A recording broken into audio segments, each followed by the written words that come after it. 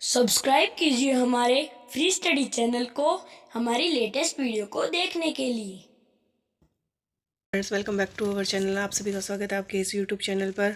हमारी काफ़ी समय से कोई क्लास नहीं हो पा रही है क्योंकि समय नहीं मिल पा रहा था। ठीक है, और हमने प्रेजेंट टेंस को हमने देखा था। प्रेजेंट टेंस के हमने चारों पार्ट्स देखे थे। उसके बाद में हमने पास्ट सिंपल टेंस को भी कवर किया था और बहुत अच्छे से हमने प्रेजेंट टेंस को और पास्ट सिंपल को कवर किया था, ताकि उससे संबंधित अगर कोई भी क्वेश्चन आ जाता है हमारा तो उतना सफिशियंट है और उसको करने के बाद में हमारा कोई गलत नहीं होगा। और प्रैक्टिस है वो तो आपको पता ही है कि ग्रामर में मस्ट है, प्रैक्टिस तो हमें करनी पड़ेगी। तो आज की जो हमारी क्लास है हम नेक्स्ट अब आगे बढ़ते हैं।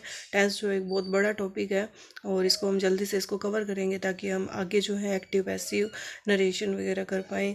और क्योंकि उसके लिए हमें टेंस आनी ज़रूरी है तो इसको भी कंप्लीट करना भी ज़रूरी है। ठीक है, तो हम पास्ट कंटिन्यूस टेंस को आज हम देखते हैं। तो पास्ट कंटिन्यूस टेंस की सबसे पहले तो हम पहचान देखेंगे। तो वाक्य के अंत में क्या आता है? रहा था, रही थी, रहे थे आदि शब्द आते हैं।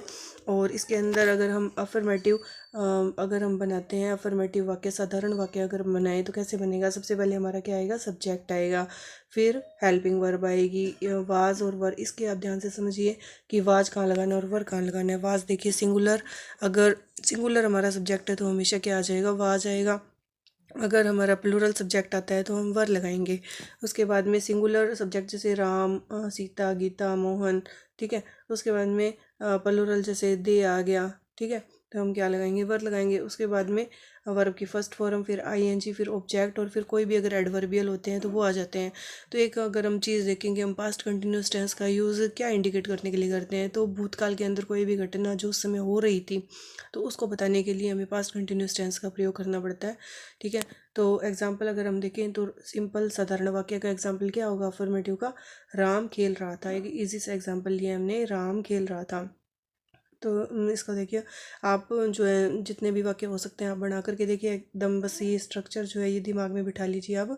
उसके बाद में आप धीरे धीरे प्रैक्टिस करिए, जो भी आपको मिलती है प्रैक्टिस करने के लिए जो डे टू डे के वाक्य वो बनाइए।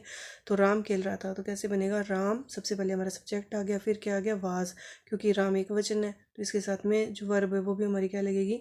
एक वचन वाली, यानी सिंगुलर वर्ब लगेगी, राम वाज। और खेलना यहाँ पे क्या होगी? हमारी मेन वर्ब होगी।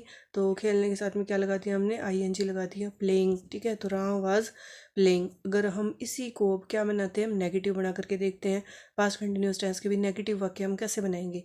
तो सबसे पहले हमें स्ट्रक्चर देखना पड़ेगा। सब स्ट्रक्चर क्या होगा? सबसे पहले सब्जेक्ट हमारा कर्ता, फिर हमारी हेल्पिंग वर्ब जो कि क्या आएगी? वाज या वर आएगी। और जस्ट हेल्पिंग वर्ब के बाद हमेशा नोट यूज़ होता है तो नोट हमने लगा दिया, फिर वर्ब की फर्स्ट फॉर्म लगा दी, फिर आईएनजी और फिर ऑब्जेक्ट और फिर कोई भी एडवर्बियल है तो वो आ जाएंगे। ठीक है, उसके बाद में हम वाक्य देखते हैं, राम नहीं खेल रहा था। तो अगर हम इसको देखें कि राम नहीं खेल रहा तो कैसे बनाएंगे? सबसे पहले हमारा राम, उसके बाद में हेल्पिंग वर्ब ली, फिर नोट लिया, फिर हमारी मेन वर्ब आ गई। ठीक है, तो राम वाज नोट प्लेइंग। ये देखिए आसानी से ये बन गया। ठीक है, आपने जो भी बनाया है आप और वाक्य जो बना करके देखिए। नेगेटिव हमारा हो गया। उसके बाद में हम नेक्स्ट हम देखेंगे इंटेरोगेटिव। इंटेरोगेटिव वाक्य को कैसे बनाएंगे हम? ठीक है, तो इंटेरोगेटिव को अगर हम देखें कि इंटेरोगेटिव जो है कैसे बनाएंगे, तो हम देखते हैं कि इंटेरोगेटिव सबसे पहले इसका स्ट्रक्चर देखें। इंटेरोगेटिव का सबसे पहले क्या आएगी? हेल्पिंग वर्ब आएगी, यानी सहायक क्रिया। सहायक क्रिया क्या थी? हमारी वाज या वर थी। उसके बाद में हम क्या लगाएंगे? सब्जेक्ट लगाएंगे। उसके बाद में हम वर्ब की फर्स्ट फॉर्म में आईएनजी लगाएंगे, फिर ऑब्जेक्ट आ जाएगा और फिर कोई भी एडवर्बियल है तो वो आ जाएगा। ठीक है, अब देखिए इंटेरोगेटिव जो वाक्य है, प्रश्नवाचक वाक्य दो तरीके से बनते हैं।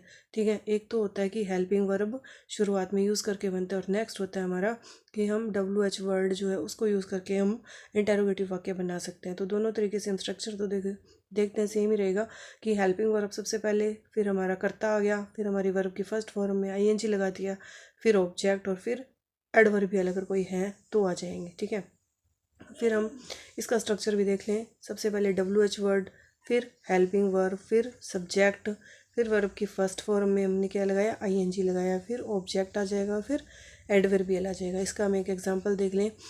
उसी को हम लेंगे कि क्या राम स्कूल जा रहा था। ठीक है, क्या राम स्कूल जा रहा था तो इसको क्या बनाएंगे? सबसे पहले वाज, हेल्पिंग वर्ब आ गई, फिर कर्ता हमारा राम आ गया, फिर वर्ब की फर्स्ट फॉर्म में आईएनजी और फिर हमारा object was Ram going to school बन गया। हिंदी में यहाँ लिखा नहीं हुआ, आप लिख लीजिए कि क्या राम स्कूल जा रहा था। ठीक है, उसके बाद में नेक्स्ट हम क्या करेंगे?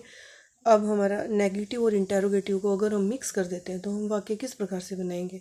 तो देखिए, सबसे पहले वाज नोट या वर नोट, सबसे पहले हमारी हेल्पिंग वर्ब के साथ में नोट आ गया तो वाज नोट या वर नोट शुरुआत में आ जाएगा। फिर क्या आएगा, सब्जेक्ट आएगा हमारा। फिर वर्ब की फर्स्ट फॉर्म में आईएनजी लगाएंगे। फिर क्या लगाएंगे, ऑब्जेक्ट आ जाएगा। फिर कोई भी एडवर्बियल है तो वो आ जाएगा। एक एग्जाम्पल देखिए हम, कि क्या राम स्कूल नहीं जा रहा था। ठीक है, तो नेगेटिव और इंटेरोगेटिव का स्ट्रक्चर पहले हमने देख लिया है। उसके बाद में हम इसको यूज़ करके देखेंगे कि क्या राम स्कूल नहीं जा रहा, तो इसको कैसे बनाएंगे। क्या राम, तो क्या आएगा, सबसे पहले वाजंट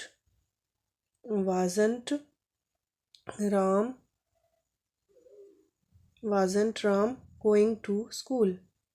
ठीक है, वाजंट राम गोइंग टू, फिर हमारा क्या आ जाएगा, स्कूल। और लास्ट में हमारे क्या आ जाएगा, क्वेश्चन मार्क। तो इस प्रकार से हमने बना लिया कि क्या राम स्कूल नहीं जा रहा था, तो wasn't Ram going to school. इस प्रकार से हमने चारों प्रकार के वाक्य देख लिए। हमने अफर्मेटिव देख लिया, नेगेटिव देख लिया, इंटेरोगेटिव हम किस प्रकार से बनाएंगे, हमने नेगेटिव और इंटेरोगेटिव दोनों मिक्स करके भी बना करके देख लिए।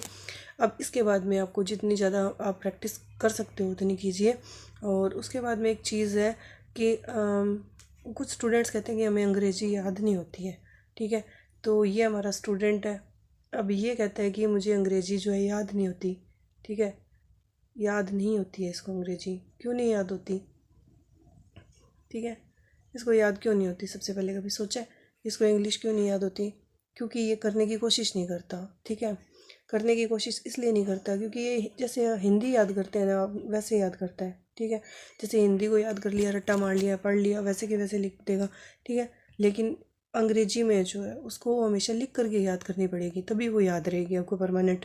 जो बच्चे कह रहे हैं कि जो भी सोचते हैं कि हमें अंग्रेजी याद नहीं होती, तो वो क्या करें, सबसे पहले तो आप क्या करो, एक कॉपी और एक पेन आपके पास होना चाहिए। ठीक है, ये कॉपी है आपकी और ये आपके पास में पेन है। ठीक है, उसके बाद में जो भी आप याद कर रहे हो उसको लिखो। ठीक है, लिख करके जो गलती आ रही है उसको फिर आप वापस से लिख करके देखो। ठीक है, अब जब तक आपका सही नहीं हो जाता आप उसको वापस लिख करके देखो। जब आप लिख करके देखोगे ना तभी आपको ये याद रहेगी। वरना अगर आप सोचो कि हिंदी की तरह अगर आप इसको याद कर लोगे तो नहीं याद होगी, पक्का नहीं होगी। क्योंकि क्या होता है कि इसमें मीनिंग ही आपको याद करने पड़ते हैं।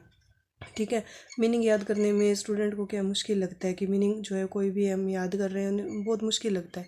ठीक है, इसलिए उनको लगता है कि ये हमें याद नहीं होगी। लेकिन आप एक चीज़ सोचो कि जो मीनिंग है बारी बारी अगर वही तो रिपीट होते हैं, नए थोड़ा ना आ जाते हैं। एक बार हमें उसकी स्पेलिंग याद करनी होती है। ठीक है, एक बार अगर हम अच्छे से उनको याद कर लेंगे तो दोबारा कभी भी आएगी तो हमें क्या होगा, अच्छे से याद हो जाएगी। ठीक है, तो हमें जो है हमेशा हमें लिख करके इंग्लिश को याद करना है। और ज़्यादातर अगर हो सके तो आप सुबह सुबह इसको याद कीजिए, जल्दी उठ करके सुबह याद करने की कोशिश कीजिए। और एक चीज़ और है, आप ना हमेशा नॉर्थ उत्तर दिशा के अंदर आप अगर मुँह करके अगर आप पढ़ाई करते हो तो आपको बहुत बेनिफिट मिलता है। आपको जो चीज़ मतलब देर लगती है ज़्यादा याद करने में, वो आप जल्दी आपको याद होगा। ये भी आप थोड़ा सा आजमा के देखिए। आप हमेशा जो अपनी टेबल चेयर है वो उत्तर दिशा की और अपना मुंह जो है इस प्रकार से करिए और आप पढ़ के देखिए, आपको जो जल्दी याद होगी ये चीज़ें। इसी के साथ ही थैंक यू।